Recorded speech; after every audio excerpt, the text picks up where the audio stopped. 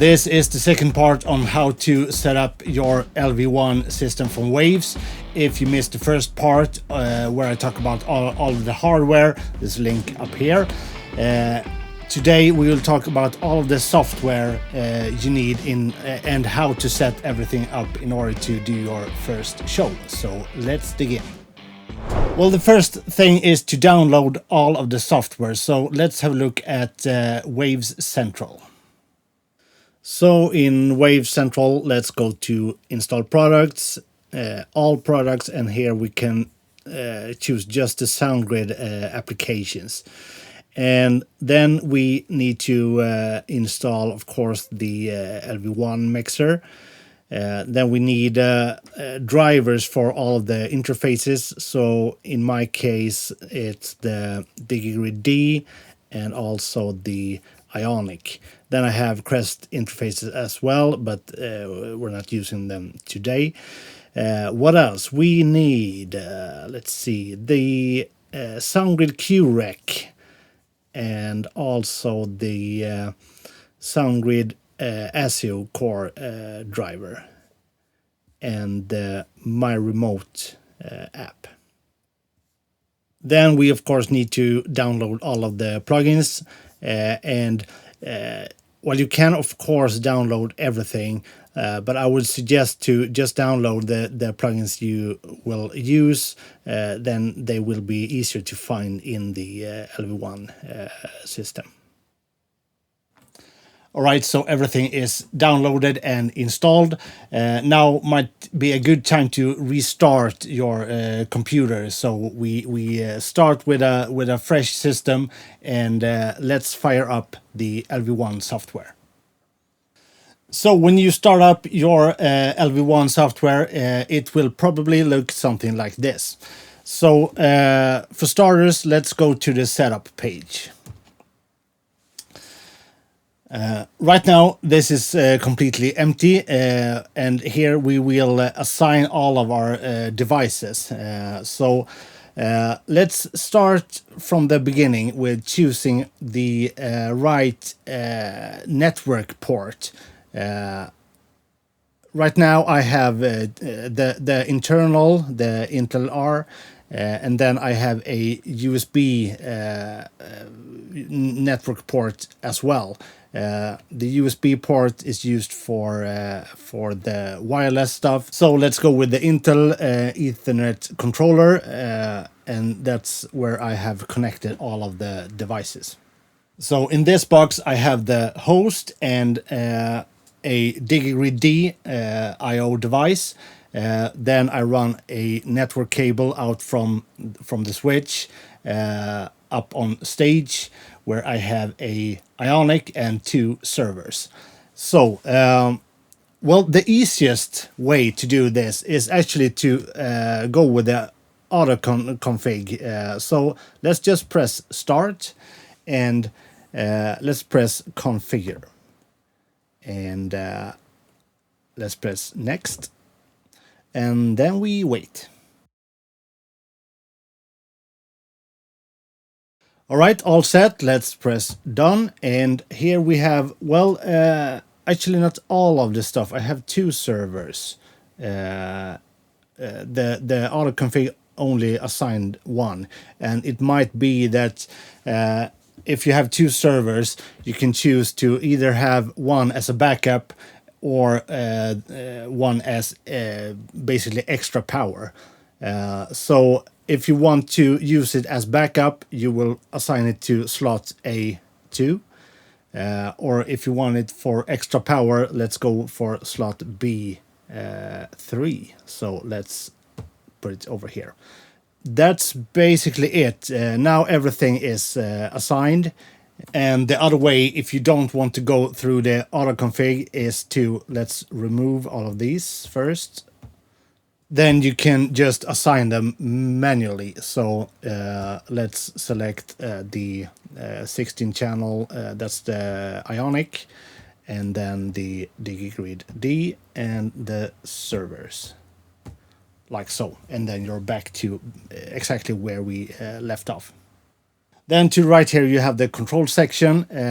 So here we will assign the MIDI fit controller. So let's go for the MIDI plus fit.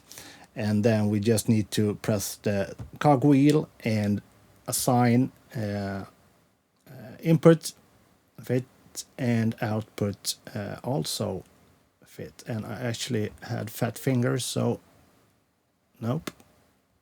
Here we go. Like so. And yeah, that's it. Let's close this one. And if you want to use an iPad to control things, you set up the My Remote over here. So let's just assign that one, and well, that's it. All right, that's everything in the software setup. Now let's patch things. So let's hit the patch tab.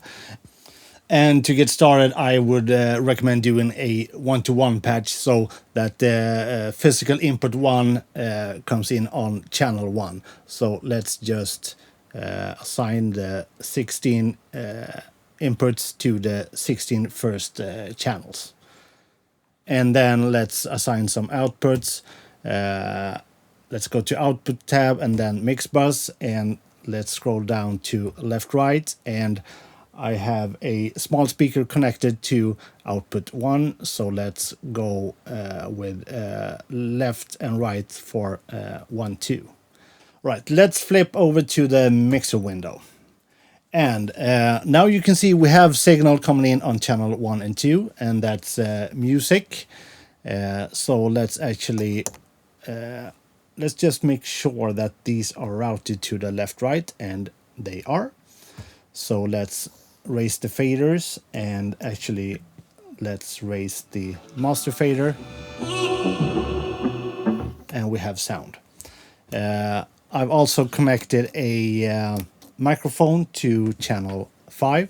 So let's see, yeah, it shows up on channel 5, and hopefully it will sound, and it does. Perfect. Now, at this point, you could start mixing your show. On every channels, you have first high-pass, low-pass filter. You have the dynamic section with gate and compressor, and you have a 4-band EQ. But you can also download one of my templates. So let's have a look at that. Let's go to Show and Load Templates. Do not save. Let's load Joe Easy Peasy, and let's have a look. So on this one, you have on each channel a F6. It's a 6-band EQ with a dynamic section that you can use or not. Then you have the R compressor, and this is just a very simple, easy to use and great sounding compressor.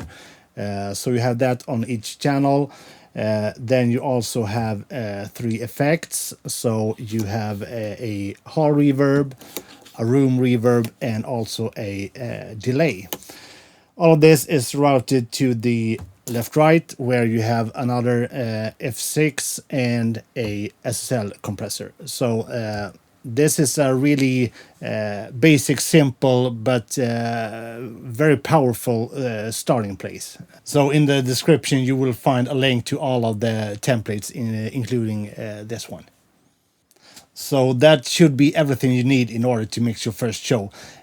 If you don't get any sound coming into the console, it's probably because you have not patched the physical inputs to the channels. You can go via the patch tab, as I showed earlier. You can also let's select channel 1, and you can go here and let's select channel 16. No, the 16 channel box, and let's select input 1, and now you have music coming in. If you don't have music coming out, let's see, let's send some music, and nothing is coming out. Let's go to the patch page and go to the output, the mix bus tab, and scroll down, And let's make sure that the left right are patched to the physical outputs where you have patched, in this case, my Genelec speaker. So let's select 1 and 2 again, and then we should have some sound. Perfect. All right, that's it. Let me know if you have any questions. Oh my God. Well, yeah, take care.